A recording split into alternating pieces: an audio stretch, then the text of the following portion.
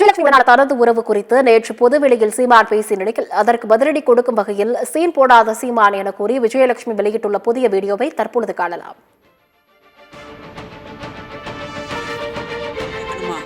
சீமான் 2023 எதுக்கு நீ 50,000 ரூபாய் போட்ட? உன்னோட மதவ செலவும் இருக்கான் இல்லையா, 1 கோடி கொடுத்தேன் அப்படின்னு சொல்லி ப்ரூட்டஸ் கிட்ட எல்லாம் சொல்லி என் மானத்தை வாங்கினா இல்லையா, அதெல்லாம் எதுக்கு பண்ணா அப்படின்னு சொல்லிட்டு நான் வழக்கு கொடுத்துருக்கேன். நீ ஆம்பளையா இருந்தா எதுக்கு மதுரை செல்வம் காப்பாத்தி விட்டுட்டு இருக்கடா? எதுக்கு மதுரை செல்வம் காப்பாத்தி விட்டுட்டு இருக்க?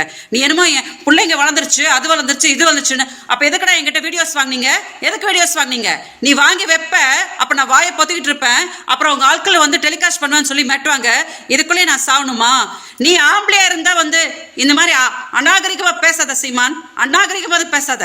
2008 இருந்து வெறும் 6 மாசம் தான் பழகினா. அப்ப எதுக்கு 2011 நான் கம்ப்ளைண்ட் கொடுப்பேன்?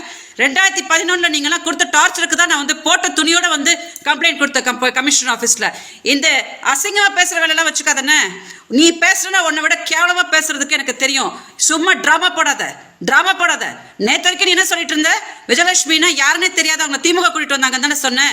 நேற்று தானே சொல்றேன், ஆமா நான் 50,000 ரூபாய் கொடுத்தா அப்படின்னு சொல்லிட்டு. எதுக்கு மதுரை செல்வம் எங்கிட்ட வீடியோஸ் வாங்கிட்டு இருந்தான்? எதுக்கு நீ எங்க அக்காவுக்கு வாழ்த்துக்கள் அமிச்ச? எதுக்கு எங்க கிட்ட எல்லாம் இந்த டார்ச்சர்லாம் பண்ணிட்டு இருந்தீங்க? எதுக்கடா நீ முதல்ல 50,000 ரூபாய் போட்டுட்டு எது மதுரை செல்வம் உன் புருஷன் என்கிட்ட பேசிட்டு இருந்தான்? இதெல்லாம் அங்க பதில் சொல்லு. முதல்ல நீ ஒண்ணுமே போடாம உட்காந்து பொண்டாட்டின்னு பம்பனிய, அதுக்கு என்ன பதில் சொல்றா? அதை விட்டுட்டு உட்காந்து மீடியா முன்னாடி சீன் போட்டுட்டு இருக்காத. கேவல பிடிச்ச பொம்பளையா. உன்னைய மாதிரி ஒரு துப்புக்கட்ட நாய் கூட வாழ்ந்த பாரு. நான் தாண்டா, எனக்கு தாண்டா கேவலம். உன்னைய பெருசா வேணும், பெரிய ஆள் மாதிரி பேசாத.